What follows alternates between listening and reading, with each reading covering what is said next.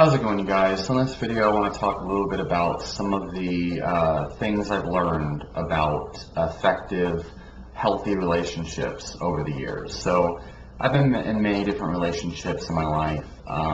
When I was young, I don't want to go too deep into like the personal details, I guess, for once in my life, right? But I've been in one of my first long-term relationships was like 9 months. My second one was about a year and a half. And then my third long-term relationship was over 4 years. And I've had many other relationships in between lasting like, 2 to 6 months at a time. My last relationship, we actually lived with each other for the majority of the time, for about 4 years. So I know quite a lot about relationships, and I know quite a lot about dating and playing the field and those types of things as well. Usually when people talk about their relationship experience, they're talking from the point of view of somebody who's who's never like played the field. They've only had sex with 4 girls in their entire life or something, or 9 girls in their entire life. They've never like dated multiple personalities. They don't know when a girl's lying to them, or they don't know why a girl's lying to them, which is more important. Just because a girl lies doesn't mean that they're a bad person. There's usually a reason. Usually it's because they're scared of hurting the guy's feelings. Anyway, I've got a lot of experience with women.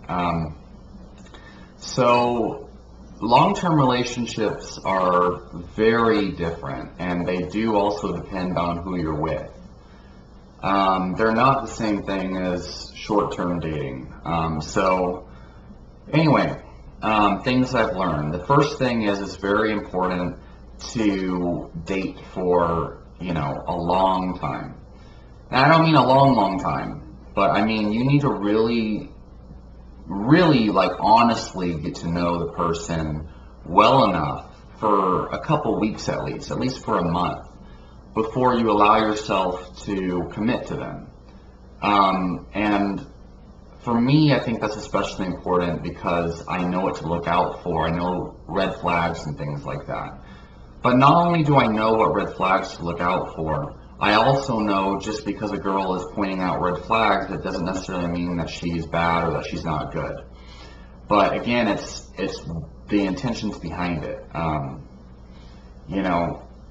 Unfortunately, 99% of men are not intending to try to understand women and why they do things. Most men are extremely emotional, and they're acting from their insecurities. And they say really dumb things like, all women care about is your money, or all women care about is your looks, or whatever. And they fail to understand why women do the things they do. So most men just assume that all women are crazy or something stupid.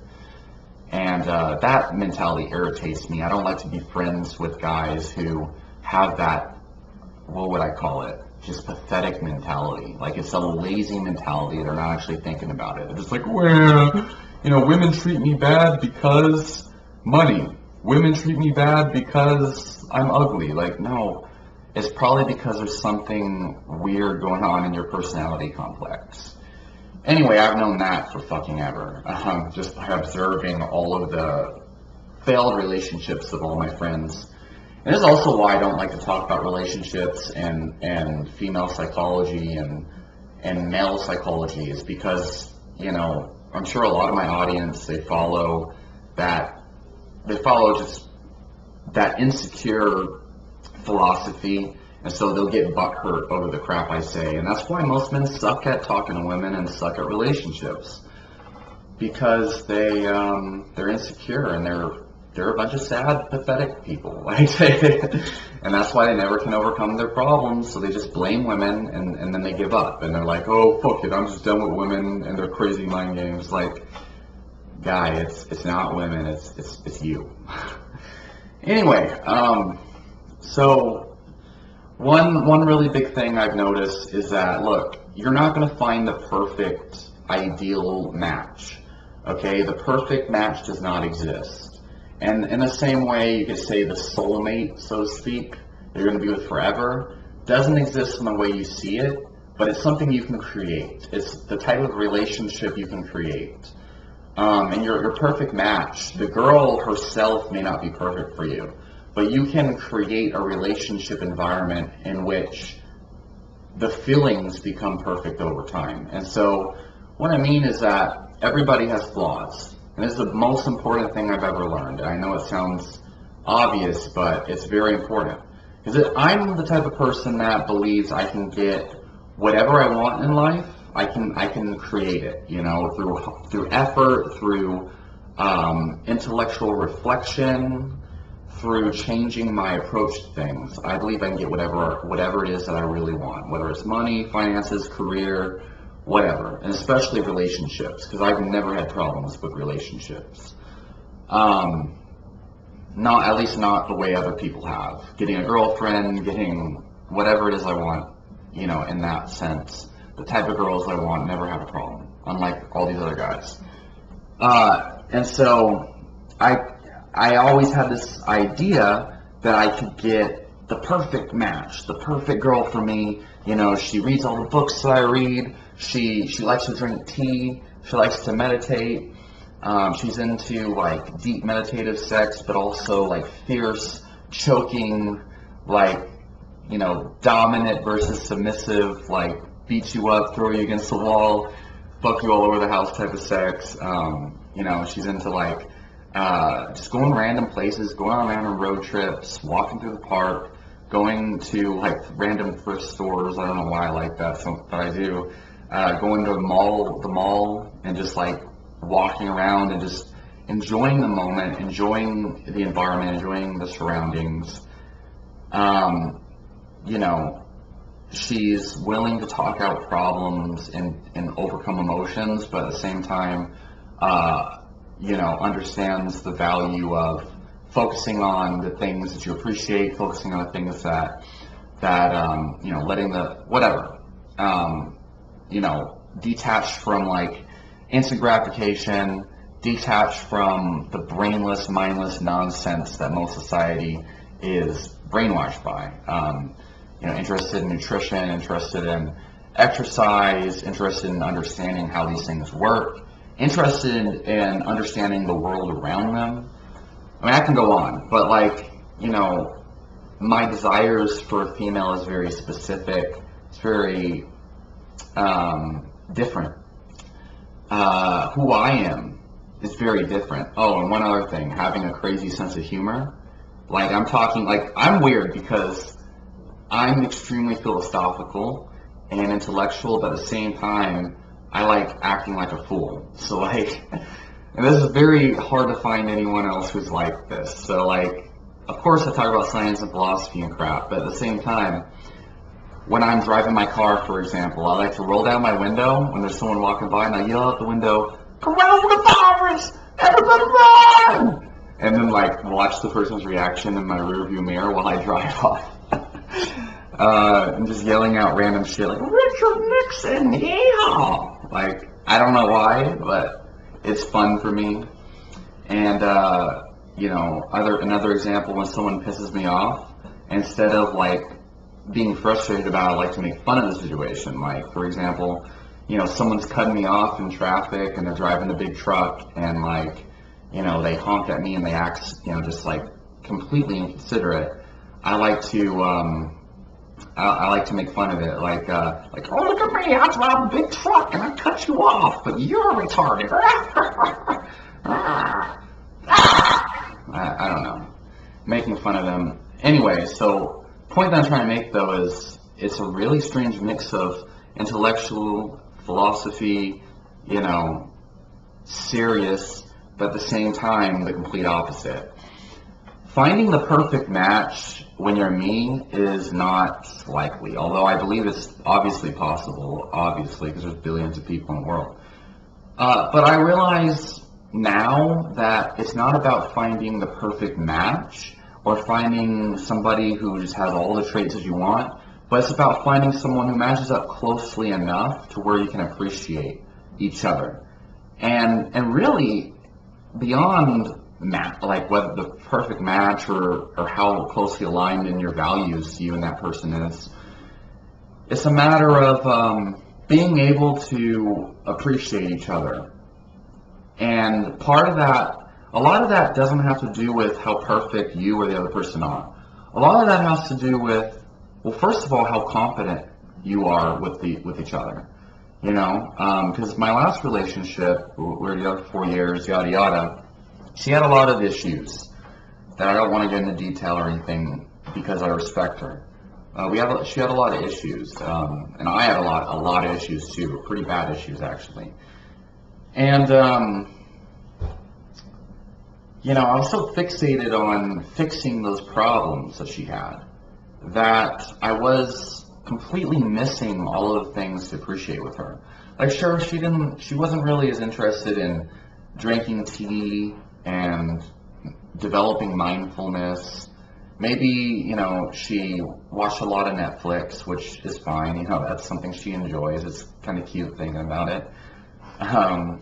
But you know, coaching her on how much time she spends on Netflix or obsessing over trying to get her to drink that tea doesn't really do anything beneficial. And at the same time, you know, she would always take me out on dates, and she would plan out these trips for us and traveling. And she created a lot of things for us that could have been amazing and beautiful, but because I was so fixated on, you know, fixing her flaws and getting her to be, you know, to get into self-development and develop these things and yada yada. Like this fixation on self-development, like all these self-development videos you see on the internet, like Improvement Pill and what are the other ones? Beyond Average, you know, all of these things are great for you, but like I was so into all that self-development stuff, which is fine, don't get me wrong, that I wasn't able to actually practice the principles, and I wasn't able to just enjoy the moment and appreciate a lot of the things that, you know, were being brought into that relationship at the time. And so the very nature of trying to improve the relationship and improve your partner and improve yourself actually did the opposite and actually regressed a lot of the qualities of all of these things. Now, obviously, we had a lot of fun and everything, and there's a lot of great things, but the desire to get your partner to level up on the areas that you think that she should or whatever is flawed. Now, your approach to it is an important thing. So what I've really figured out, and this is key here, is that it's okay to want your partner to eat healthy, to improve her social skills, to, like, you know, spend less time on Netflix and whatnot and social media. It's not really like a horrible thing to, you know, because a lot of these things, you know, especially if you care about someone, you don't want them eating junk food, right? My ex didn't eat junk food. She was very open to all the things that I talk about on this channel. But the problem is not you wanting her to improve. The problem is how you get her to improve. So I think the weakest thing a man can do is be passive and just let his girlfriend do whatever she wants, because you're not adding value to her health or anything like that. And also, if your value is health, if your value is wellness, and you're just letting your partner like destroy her health, I think you're an asshole, honestly. And also, you're going to feel defeated deep down inside because your value is health and wellness, but your partner's destroying herself. You know, it's almost like just letting your partner give into drug addiction or something, or alcoholism. I don't think that's healthy, and I don't think that's care or love. But also, you can't be like, you need to eat healthy, you need to eat, you know, study this nutrition, you need to get your protein, I've told you millions of times, like, you know, and always badgering the person. That's not effective, that's not healthy. But what I found is the best approach is to guide her with influence. And first and foremost, what that means is being a great example of the values in which you desire her to obtain.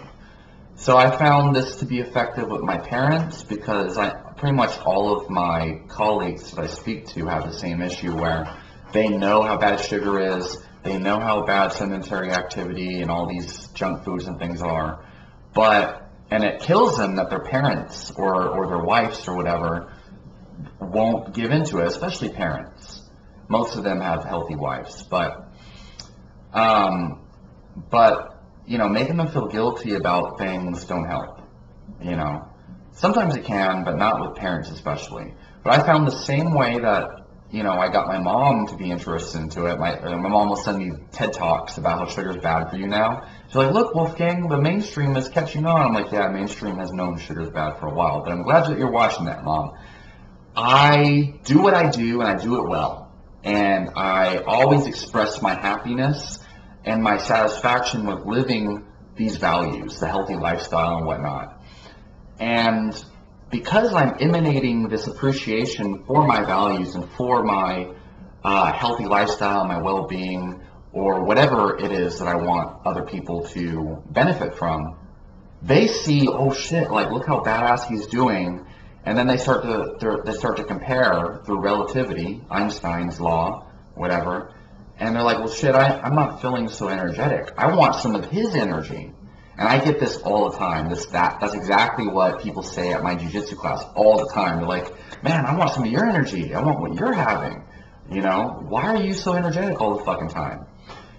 And it's like, well, now they're asking and they're interested and they realize there's a huge difference between me and how I'm feeling and my energy and theirs. So now I'm not forcing them, I'm influencing them. And I'm not even like attached to them doing what I'm doing. And now people just randomly came up to me telling me, hey, I'm doing the low carb thing or whatever. I'm doing, what you're doing. Can you give me some, they want to pay me now for nutrition advice. Anyway, my mom has expressed interest in this, which is weird because 2 years ago, I was just so frustrated because my mom was eating unhealthy and wouldn't listen to me. And we'd always fight because I'm trying to get her to eat healthy and stuff. And same thing goes for in a relationship. You need to first be a great example of whatever it is you want your partner to obtain. So as a man, your goal should not be to be a drill sergeant or a dad. If you feel like you're your girlfriend's dad, you're approaching it the wrong way. The main thing that attracts women, that most of these bitch boys, these sad, pathetic weaklings don't understand, is women, they want to be inspired by their man. So I've always found when I'm not feeling so hot on myself and I feel lost and I don't know who, I'm not following my passion and my interests, not only does my friendships, my quality of friendships and the amount of people that I'm hanging out with, like they seem to fall off, but I have more trouble with obtaining girlfriends or whatever, like relationships, my dating life goes downhill too. But then when I'm on my path and I'm like, yeah, like, I'm doing MMA and I'm doing all this. I got my fight coming up in a couple weeks. I'm starting this project. I'm loving life, whatever. People are inspired by it. And so the whole nutrition thing, like I was talking about before, influencing, being a good example of your nutrition, you're getting your girlfriend to do these things by inspiration. Girls want a guy that they can be inspired by. They want a guy they can be moved by, motivated by. And a lot of like dating experts say the man is supposed to be the mountain, like just standing tall no matter what, and doesn't let the girl move him. And I think, that's an interesting philosophy, but I don't think it's 100% accurate. But it's a good example of you're this giant source of energy who is just like not forcing your girlfriend to be better, but because you're so awesome and you're so grounded in what you enjoy doing, the girl wants to live up to that. The girl is supposed to feel like I need to, improve myself so that I can reach his level in a way. Like, so first she's trying to improve herself so that you don't leave her. I mean, and that's just one plain fact, is that the girl should feel like she has to catch up to you a little bit. Maybe. in a sense, you know. But not just that, but she's inspired. She wants to be better because her man is better. She's like, well, fuck, I'm with this awesome guy, so why am I not awesome? You know, not to say she's not already awesome, but she wants to be more awesome because her man is just focused on being awesome. And so that's contagious. That's the way that you get your girlfriend to become healthier. That's the way that you get your girlfriend to pick up her fucking trash off the counter instead of leaving her food containers and shit laying around. Now, if you are not focused on being awesome, and if you're too focused on trying to force your girlfriend to throw her trash away and to eat healthy and improve herself, you create hostility.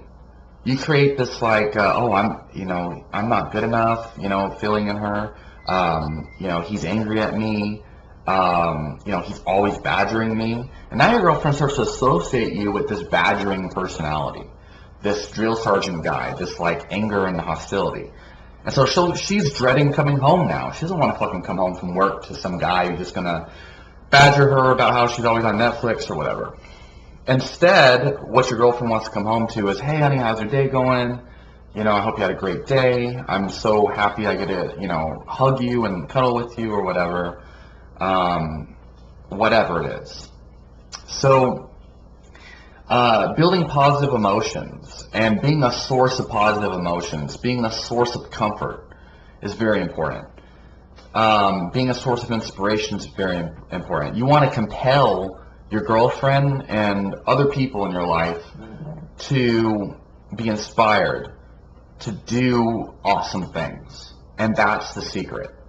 All these people who think like, oh, I'm not being pessimistic, I'm being real, my relationship sucks, my girlfriend sucks, my life sucks.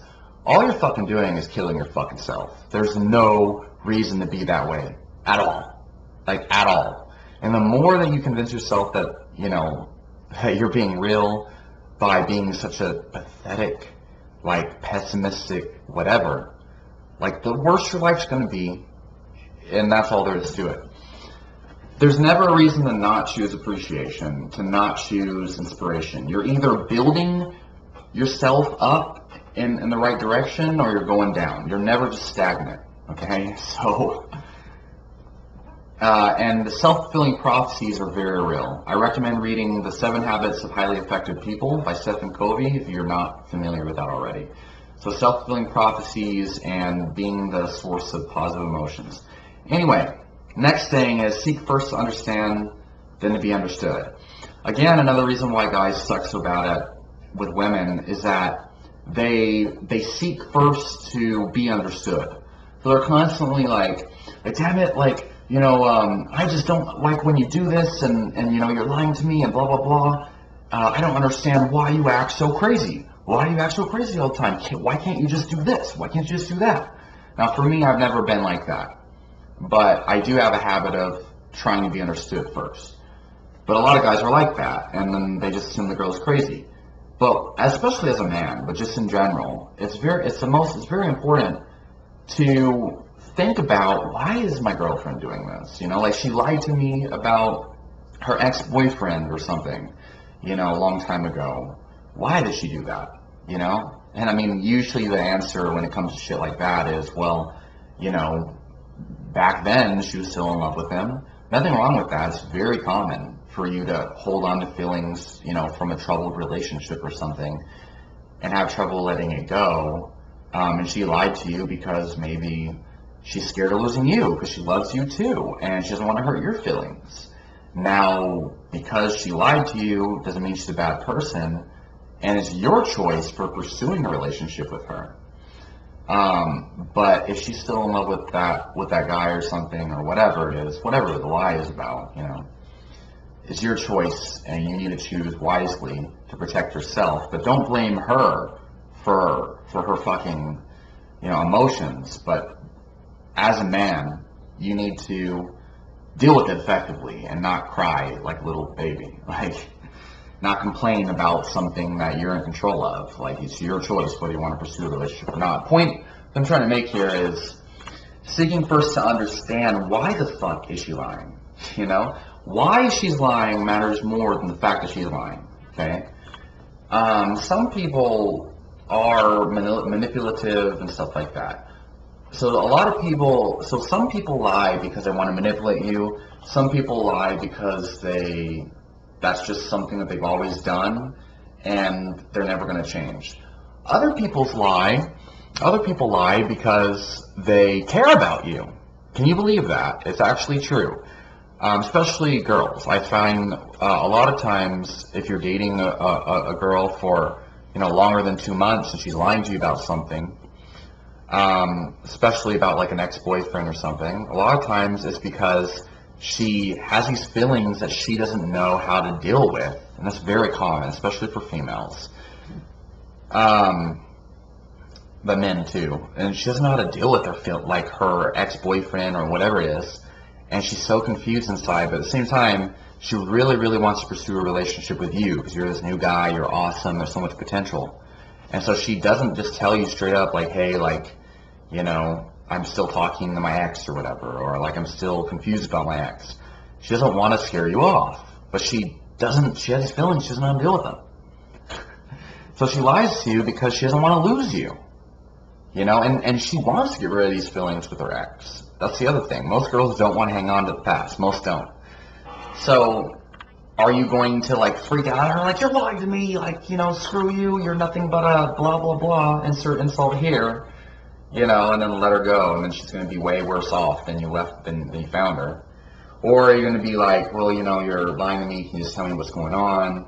Okay, so, you have these feelings, I think it's better that we be friends for now till you get rid of those feelings, or you figure them out. Or you can help her work through those feelings, or you can just accept the fact that, hey, that's complicated, but it's okay, we'll move on regardless. Or I'll help you get over your ex, which can be a bad thing a lot of times.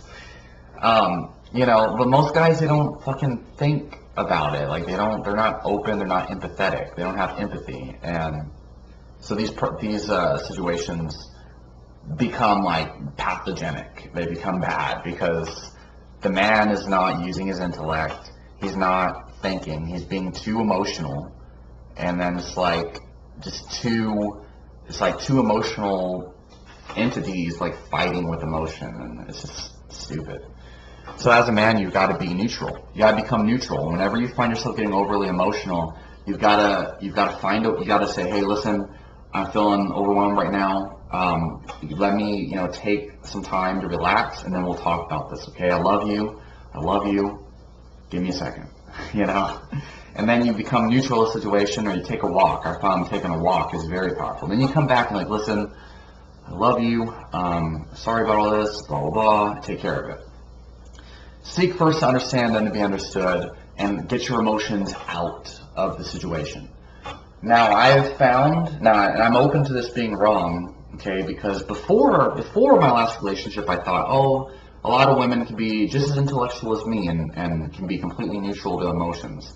But now I feel like there's something hormonal, there's something in our evolution of being caregivers or something, because they birth babies that come out of them and stuff. Whatever it is, it seems to me, although I'm not saying this is just true or anything, but it seems like females tend to think more with their emotions. They tend to react more to their emotions and how they're feeling rather than what they're thinking or rational intellect. And so there's reaction. Men, the narrative goes, men are supposed to react to their intellect. Men are supposed to react to logic, whereas females react to emotion, how they're feeling in the moment. And that makes a lot of sense to me. It makes sense because why else would women a lot of times react with attraction to men who are not good for them, who are complete assholes or bad boys or whatever? And I think the reason why is because those bad boys, they can create these emotions in them in the moment that don't make sense. But the female reacts because it's in her nature, compared to a man who oh, I'm really attracted to this girl, but damn, she's devious and manipulative. Most guys actually still think with their animalistic instincts. I don't, though. I'm oh, this girl is gonna get me in trouble.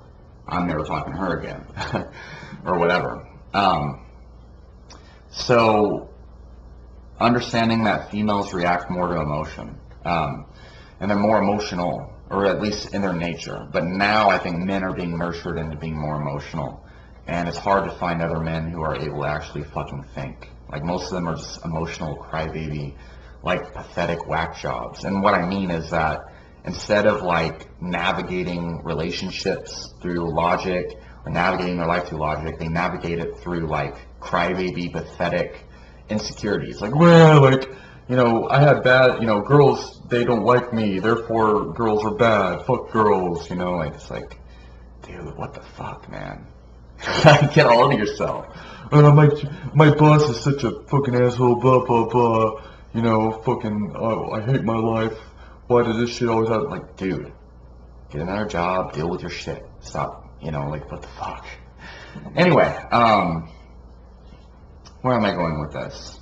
So, a really big thing is females. They'll come to you with all their emotions and their emotional baggage and things, and they want to experience these emotions without you judging them. They want to experience these emotions without, even without advice necessarily, at least right away. And so a lot of men handle this the wrong way, and I handle this the wrong way, because I'm the type of person, I'm like, all right, you have a fucking problem, you know, like you're, you know, whatever, your mom doesn't like you, or whatever it is, you know, you have a problem, here's a solution, let's solve it.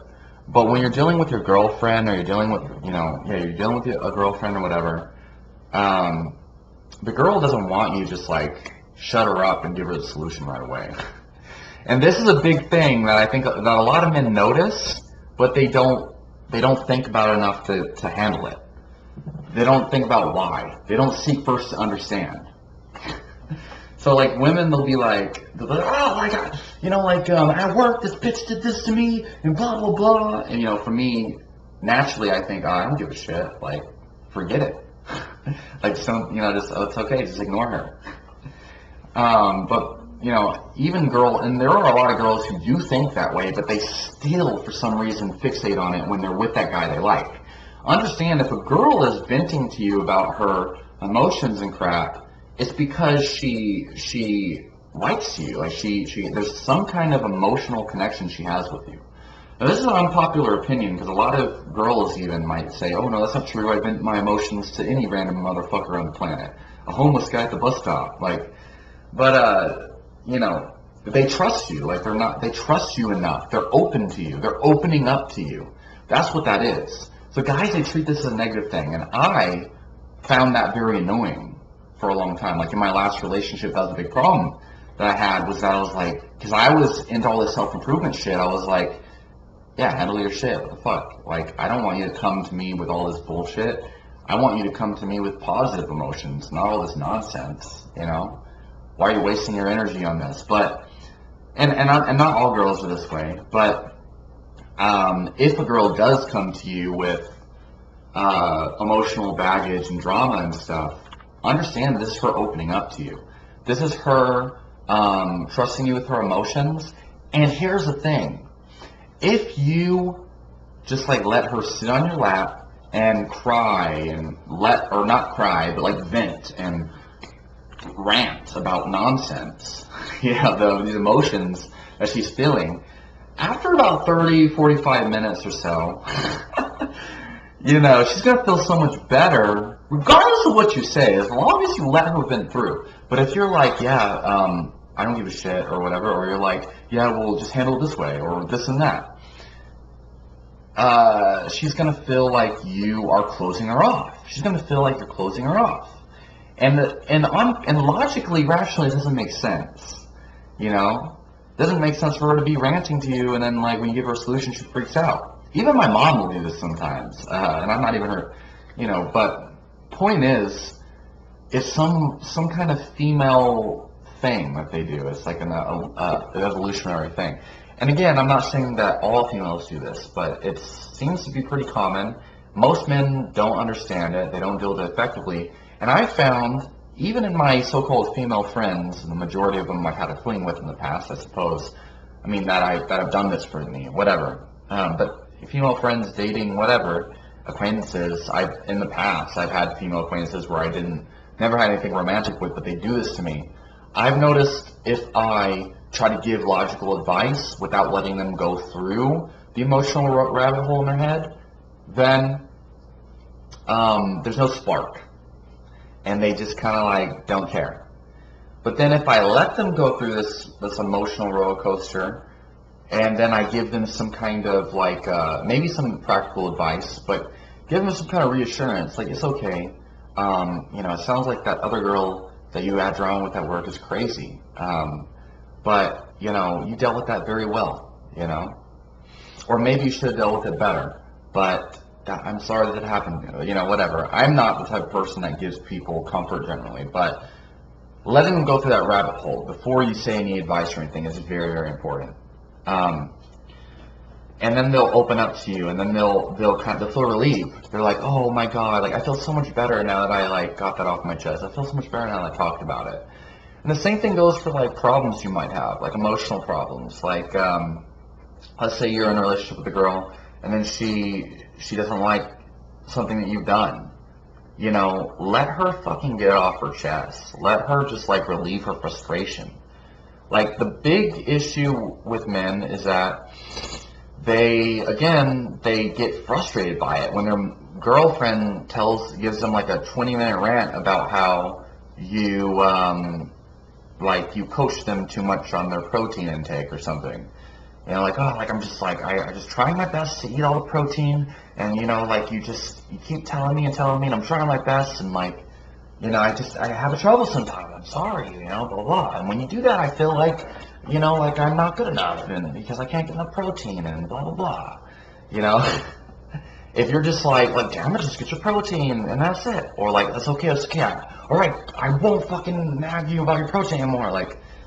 No, shut the fuck up, quit being a bitch. Let her talk. Let the girl talk. Let the girl vent her frustration about you coaching her on her protein intake. Are you really that fragile that you can't just sit there and listen to your girl, rant about, honestly, it can be a waste of time. But point is, let her fucking get her emotions out. And then, instead of voicing, frustration or anything, be like, you know what, you're right. You're trying your best, and I see that, and I'm really proud of you for the progress you've made. You've been eating a lot more protein than you used to. You're making good progress. I would like to see you trying a little bit harder if you can, but you're trending in a good direction. I'm proud of you. I love you, and thank you for telling me how, this is affecting you or whatever. Of course, the more ranting and all this stuff, obviously, depending on how bad it is and whatnot, how much time it takes, because there are some girls that are just there's something wrong with them, emotionally or whatever, and it shouldn't take up that much of your time. But in a mentally healthy, emotionally healthy female, it's not going to be that outrageous. And so just dealing with it in a loving and comforting fashion is very important. So, but if the girl is ranting and all that too much, then obviously she's got problems, and you should probably think about getting with someone more mentally stable. Anyway, having patience, having mental and emotional stability is important. Mental and emotional stability. You should be a source of inspiration. You need to seek first to understand, then to be understood. Be empathetic.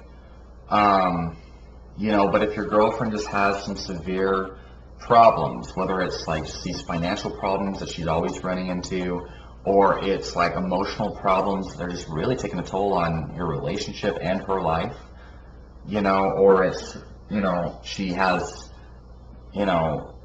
she's just really procrastinating too much, and you're not into that, you're just really upsetting you, you've got to end the relationship. Don't think you can change a girl. Don't think that, if there's severe inadequacies, because it's normal for relationships to have certain flaws and inadequacies, but if there's huge inadequacies and you're just not able to appreciate your girlfriend because of them, and it's always getting in the way, you need to let it go. Because if you don't let it go, then it's going to consume your life, and it's going to take a huge toll on your own life and whatnot. And then you're just going to be fucked up, and the relationship will end anyway. So those are some of the main things that I can think of that I've learned, at least especially recently. But keep in mind, everything I said is not specific to any of my ex-girlfriends. I'm not talking about anybody personally with any of this. It's just kind of like my reflections and whatnot. I find that these are the most important things that if I would have understood a long time ago, my relationships would have been like way, way different. Like, understanding that not everybody's perfect, and if you deal with your girlfriend in soft, subtle ways and try to inspire her to change rather than force her to change, then you'll have way better results in your relationship. And then as a parent, if you act a similar way, which some forcing needs to be in place, but more inspiration. Be more effective as a parent. Seek first to understand, then to be understood, and then dealing with things in a logical, realistic way rather than in a rational way, rather than an emotional way. Responding with like love and care and intellect and effectiveness rather than emotional nonsense that just takes you all over the place like a tornado. And then focusing on appreciating your partner for all the good things, so that you see more good things, it creates a self-fulfilling prophecy. You'll build a much more healthier relationship. Building a connection and things will happen naturally. Compared to if you're like, whoa, like, fuck this, like a lot of guys are. Leave a question, comments down below. Let me know what you think. And if you watched the whole video, let me know I watched the whole video. Comment that down in the comments. Talk to you all next time.